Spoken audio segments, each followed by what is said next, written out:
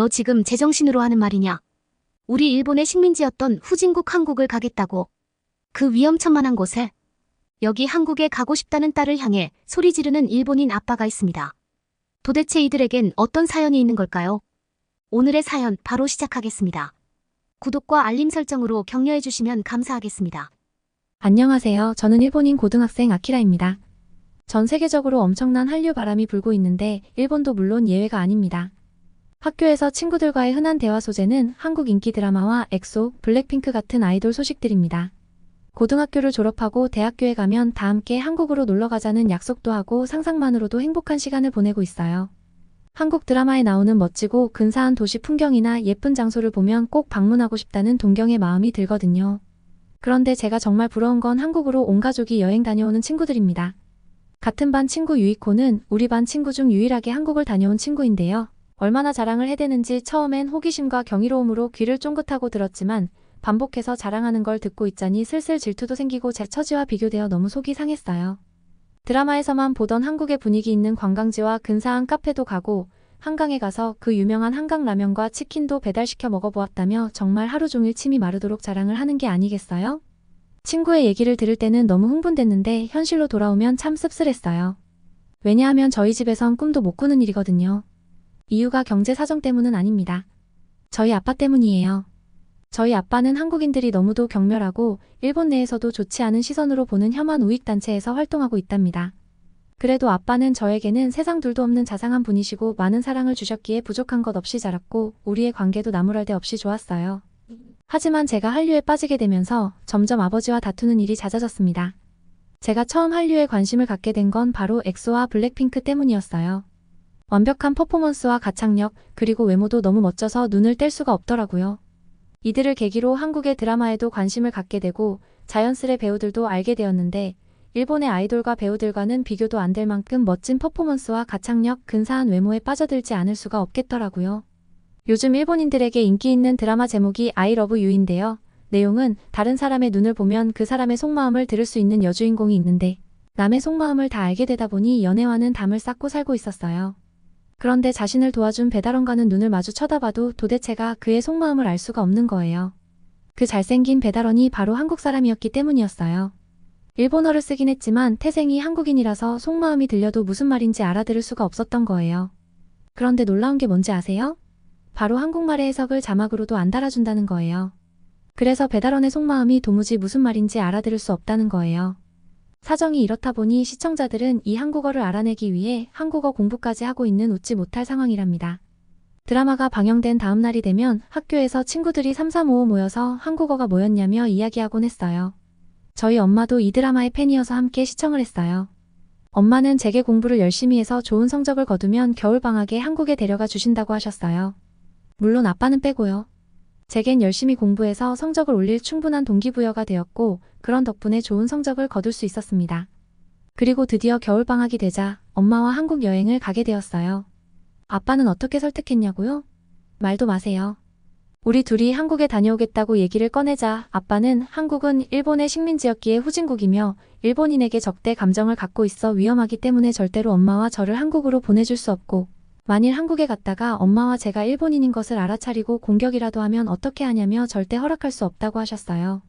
그때부터 저는 눈물이 터져나오기 시작했고 아빠가 너무도 미웠습니다. 한국에 대해서 한 번도 제대로 알아본 적 없으면서 한국은 무조건 나쁜 곳이라고 반대만 하셨기에 그런 아빠가 정말이지 원망스러웠습니다. 그동안 참아오셨던 엄마도 이번에는 굉장히 화를 내셨고 이혼당하기 싫으면 가만히 있으라는 엄마의 강력한 한방에 아빠도 조금 주춤해지셨어요. 결국은 그렇게 엄마와 저의 며칠간의 시위 끝에 아빠의 허락을 받아낼 수 있었습니다. 아, 그때의 감격이란 정말 뭐라 말로 표현이 안 되더라고요. 아빠가 허락하는 조건으로 내세운 것은 이거였어요. 걱정하지 않게 한국에서 무엇을 먹고 어디로 이동하며 뭘 하고 다니는지 하나하나 공유해달라는 거였죠. 우리는 기분 좋게 오케이 했어요. 마침내 여행날이 되고 일본에서 한국까지는 가까웠기 때문에 2시간도 걸리지 않아 한국의 인천공항에 도착할 수 있었는데요. 한국의 인천공항은 제가 출발한 일본 공항과는 비교도 안 되게 현대적이고 규모가 큰 공항이라서 너무나 놀랐습니다. 입국 심사를 하는 곳도 엄청나게 많아서 많은 사람이 줄을 서 있었지만 줄이 빠르게 줄어들었어요. 짐을 찾고 공항 규모에 감탄을 하며 빠져나오면서 엄마와 저는 스마트폰에 앱을 켜고 지하철을 타러 갔어요. 지도를 보면서 걸어갔는데 지하철이 공항에서 바로 연결되어 있어서 정말 놀라웠고 편하더라고요. 여행 유튜버가 알려준 대로 역으로 가서 교통카드를 사서 충전을 하였습니다. 일본의 일부 지역은 아직도 동전으로 티켓을 구매하고 요금통에 동전을 넣어야 하는 방식이 유지되고 있는 지역도 많아요. 일본 구식 방식 중 웃긴 건 요금통과 잔돈 교환기가 붙어 있어서 딴 생각을 하다가 실수로 잔돈 교환기에 넣을 돈을 요금통에 넣게 되면 다시 돈을 찾을 방법이 없다는 점입니다. 그런데 한국은 교통카드 한 장이면 거스름 돈을 받을 필요도 없고 너무 편리하게 되어 있다고 느껴졌어요. 그리고 지하철역으로 내려갔을 때 엄마와 저는 스크린도어를 보고 깜짝 놀랐어요. 승객의 안전까지 생각하는 한국의 배려가 만들어낸 현대적 시설물이라는 생각이 들었습니다. 일본도 스크린도어가 있는 역들이 있긴 했지만 이렇게 전면이 유리로 멋지게 되어 있지는 않거든요. 그리고 모든 역에 스크린도어가 다 있지도 않아서 가끔 추락사고가 나기도 해서 열차 운행이 중단되는 일도 있어요. 전면이 유리로 되어 있는 세련된 모습과 깨끗한 한국의 지하철역을 보고 나니 일본의 지하철역이 너무 낡은 느낌마저 들었어요. 그리고 무엇보다 지하철 내부가 말도 안 되게 청결했고 난방이 잘 되어 정말 따뜻했고 단순히 실내 공기만 따뜻한 것이 아니라 의자까지 따뜻해서 놀라웠습니다. 지하철 좌석까지 난방이 되는 지하철은 처음 타보거든요. 중간에 다른 노선으로 지하철을 갈아타러 가야 했는데 한국은 다른 선의 지하철을 타는 것도 내부에서 해결할 수 있었어요. 일본은 노선마다 회사도 달라서 노선이 이어지지 않은 곳도 많거든요. 그래서 역 밖으로 나가서 돈을 또 내고 들어가 다른 노선으로 가야 하기도 해요. 심지어 도쿄 지하철은 너무 복잡하게 되어 있어서 길을 잃어버린 적도 여러 번 있을 정도랍니다. 환승을 하려다가 지하철을 반대로 타거나 환승역을 놓치는 건 늘상 있는 일이고요. 정말이지 도쿄에 갔다가 길을 헤맨 적이 한두 번이 아니랍니다. 반면에 한국 지하철은 깔끔하고 큰 역사 안에 환승 관련 안내 표시가 잘 되어 있고 지하철 역무원분들에게 부탁하면 정말 친절하게 잘 도와주시더라고요. 일본에서 이런 친절을 기대하기는 어려운데 한국인의 이런 친절과 배려심은 일본도 배워야 한다고 생각했어요. 그렇게 빠르고 편리한 지하철로 엄마와 저는 숙소에 무사히 도착할 수 있었답니다. 그리고 엄마와 저는 본격적으로 한국을 즐기기 시작했어요. 물론 실시간으로 계속 아빠에게 사진을 전송하는 걸 잊지 않았죠. 엄마와 저는 경복궁 구경을 하면서 한복도 입고 기념 사진도 찍었는데요. 한국의 전통과 멋을 경험하기에 너무 좋았어요. 길거리에서 파는 다양한 음식도 먹어보았는데 겉보기에만 그럴듯하고 맛은 없는 음식들과는 달리 깊은 맛이 나서 정말 맛있게 먹었습니다. 일본에도 한국 식당이 많이 있지만 아빠 때문에 한 번도 한국 식당에 가본 적이 없었는데 이번에 한국에 와서 한국 음식의 진정한 맛을 느끼고 깨닫게 된 기분이었죠. 음식보다 더 놀라웠던 것은 한국인들의 정과 인심이었습니다. 시장 구경을 하는 중에 유난히 고소한 냄새가 나는 곳이 있어서 보니 김을 파는 곳이었어요. 일본에도 김이 있긴 있는데 한국 김과는 맛이 완전히 달라요. 일본 김은 좀 두껍고 간장 맛이 나는데 한국 김은 얇고 바삭해서 맛이 완전히 다릅니다. 고소한 냄새에 이끌려 김 굽는 모습을 사진 찍으니 아주머니께서 이리 와보라고 손짓을 하셨어요. 놀랍게도 아주머니는 이제 막 구운 김을 먹기 좋게 잘라 입에 넣어주셨어요. 저뿐만 아니라 엄마에게도 먹여주셔서 엄마와 저는 돈을 내야 하나 싶어 지갑을 꺼내니 아주머니는 손사래를 치며 한국에 왔으니 맛있는 거 많이 먹고 잘 놀다 가라며 따뜻한 말을 해주셨어요. 일본인들이 한국 김을 좋아한다니까 맛보고 가라고 그냥 준 것이라고 하셨어요. 갑자기 가슴이 뭉클했습니다. 역사적으로 보면 피해자는 한국인이고 그렇다면 일본인이 싫을 수 있을 텐데도 한국에서 즐겁게 여행하고 잘 돌아가라고 따뜻하게 말씀해 주셨어요. 그뿐만이 아니었습니다. 엄마랑 저는 맛있어 보이는 분식가게 앞에 섰어요. 그리고 너무 먹음직스러 보이는 튀김과 순대를 주문했습니다. 떡볶이까지 먹어보고 싶었지만 양이 너무 많아 남길 것 같아서 주문은 하지 않았어요. 그런데 분식집 아주머님께서 튀김에 떡볶이 몇 개와 함께 국물을 부어주시면서 한번 먹어보라고 하시더라고요. 게다가 어묵 국물도 따로 주시고 단무지도 내어주시는 거예요. 저는 떡볶이 국물과 어묵 국물은 얼마를 내야 하지? 떡볶이 국물에 떡이 몇 개 들어있었는데 그럼 이건 반값인가? 단무지는 주문하지 않았다고 말하니 이건 그냥 주는 거라고 하시는 거예요. 그걸 듣고 너무 놀라서 눈이 휘둥그레졌답니다. 일본이었다면 아마 어묵 국물도 주문해야 먹을 수 있고 단무지도 따로 주문해야 했을 거예요. 일본은 동네의 흔한 규동집에서도 작은 종지에 들어있는 단무지, 절임 그리고 김치까지 다 돈을 받거든요. 그런데 그게 익숙해서 별로 이상하다고 생각하지 않았거든요. 그렇지만 오늘 한국과 비교해보니 야박하다는 생각이 새삼 들었어요. 게다가 한국은 단무지를 다 먹었더니 리필도 해주시더라고요. 어묵 국물도 더 먹고 싶으면 먹어도 된다고 하셨어요. 한국은 정이 많은 걸까요? 아니면 다들 일본보다 부자인 걸까요? 한국에서는 아빠 말처럼 일본인이라고 함부로 대하고 차별하는 사람도 없었습니다. 오히려 모두들 따뜻하고 친절하게 반겨주셨어요. 저는 이런 환상적인 한국 여행기를 모두 빠짐없이 아빠에게 보냈는데 아빠는 도통 말씀이 없으셨습니다. 제가 한국에서 일본인이라고 차별을 받거나 공격당하는 것 아니냐고 난리치던 아빠는 어디 가고 왜 한 번도 우리의 안부를 묻지 않는지 이상한 생각이 드는 거예요. 그래도 우리의 여행은 계속되었답니다. 둘째 날에는 명동과 홍대를 방문했어요. 명동은 매장이 즐비해 있어서 쇼핑하는데 시간이 어떻게 지나갔는지 모를 정도였어요.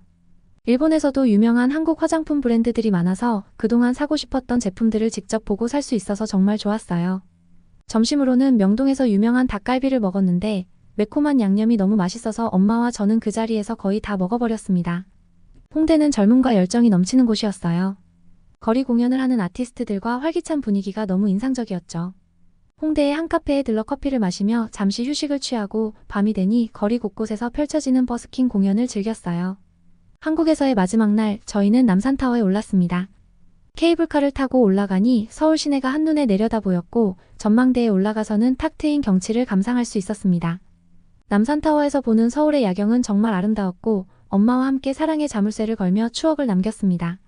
한국 여행은 정말 꿈만 같았고 짧은 시간이었지만 많은 것을 보고 느낄 수 있었어요. 엄마와 저는 한국 김과 화장품 그리고 예쁜 액세서리와 엑소와 블랙핑크의 굿즈까지 한가득 사서 돌아가면서 내심 걱정이 되었습니다.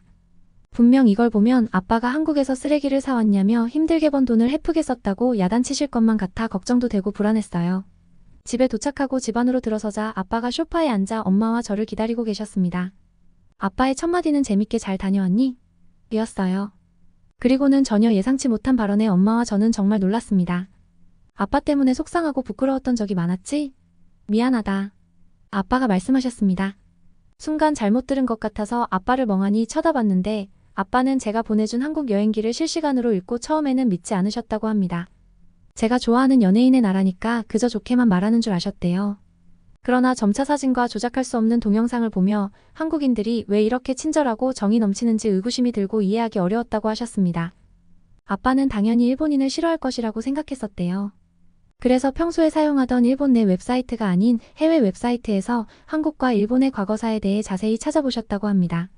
그렇게 사실을 마주한 아빠는 크게 충격을 받았다고 하셨어요.